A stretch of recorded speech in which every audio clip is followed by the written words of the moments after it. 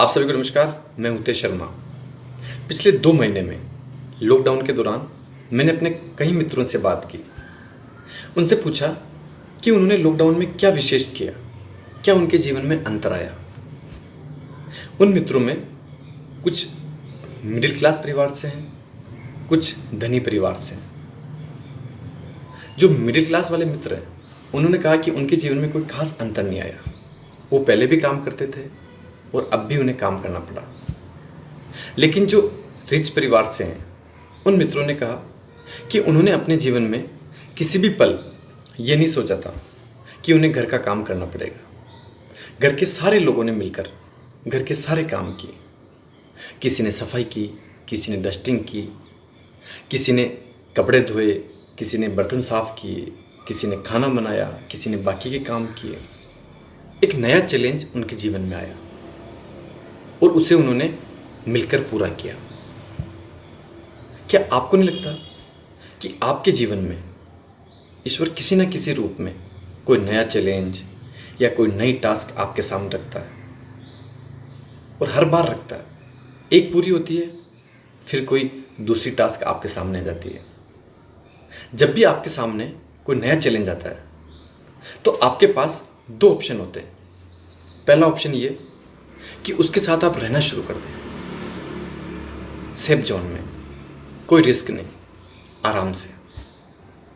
और दूसरा ऑप्शन ये कि आप सेफ जोन से बाहर निकलें, रिस्क लें, जो चैलेंज आपके सामने आया है उसे एक्सेप्ट करें, उसका मुकाबला करें, उसे पूरा करें और अपने जीवन में आगे बढ़ जाएं।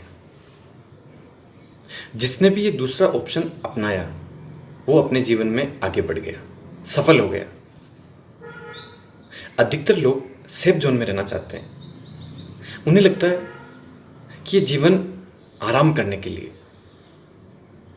काहे को रिस्क लें जब सब कुछ आराम से चल रहा हो।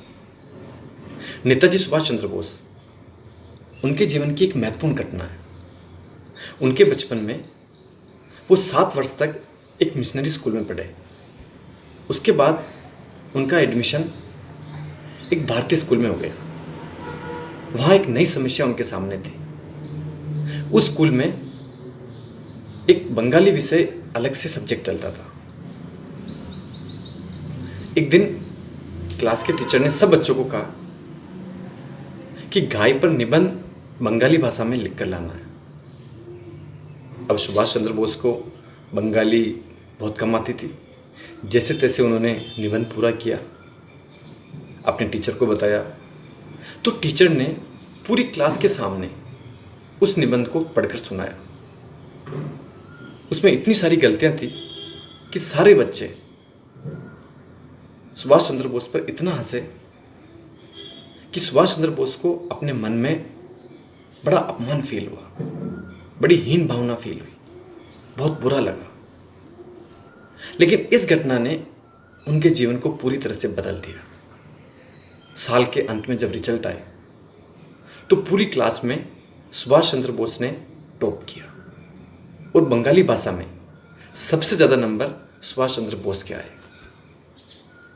सुभाष चंद्र बोस ने कहा कि मेरे जीवन में जब भी कोई नई समस्या आई तो मैंने अपने स्कूल के दिनों को याद किया और उस समस्या को चैलेंज समझकर उसका मुकाबला किया।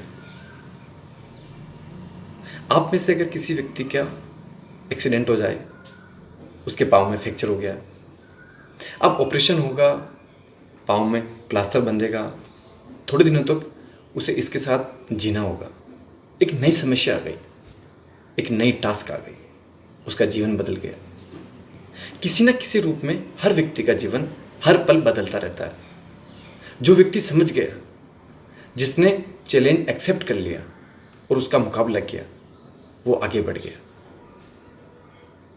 कार गैरेज में सेफ जोन में रहती है, वहाँ कोई एक्सीडेंट का खतरा नहीं, आराम से खड़ी है, किसी का उसके साथ एक्सीडेंट नहीं होगा।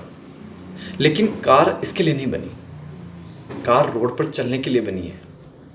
जब वहाँ जाएगी तो उसका सफ़र पूरा होगा, तो उसके परिणाम सार्थक आएंगे। अगर एक्सीडेंट होगा तो होगा, लेकिन कार तो चलने के लिए बनी है। रिस्क लेने के लिए बनी है। इसलिए व्यक्ति का जीवन चैलेंज लेने के लिए बना है, एक नई टास्क के लिए बना है। जब भी आपको लगता है कि आपके जीवन में कोई नई टास्क, कोई नया चैलेंज सामने है, तो आप उसे मुकाबला करें। जब भी आप रिस्क लेंगे तो आपके जीवन में कुछ नया होगा, अच्छे परिणाम भी होंगे। आप कार में किसी सफ़र में जा रहे हैं, बाहर बड़ी धूप है, अंदर एसी चल रहा है, आप आराम से बैठे हैं, बहुत अच्छा लग रहा है। थोड़ी देर बाद आपको ये पता चलता है कि आपकी कार का टायर पंचर हो गया। अब आपको बाहर निकलना पड़ेगा, स्टेपनी बदलनी पड़ेगी।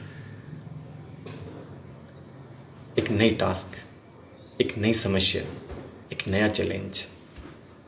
आपके जीवन में किसी न किसी रूप में हर पल कोई ना कोई चैलेंज आ रहा है। अब आपकी ये जिम्मेदारी है, आपका ये दायित्व है जीवन के प्रति कि हर चैलेंज, हर टास्क को एक्सेप्ट करें, उसका मुकाबला करें और उसे हरा कर आगे बढ़ें। आपने मुझे प्रेमपूर्वक सुना, उसके लिए धन्यवाद।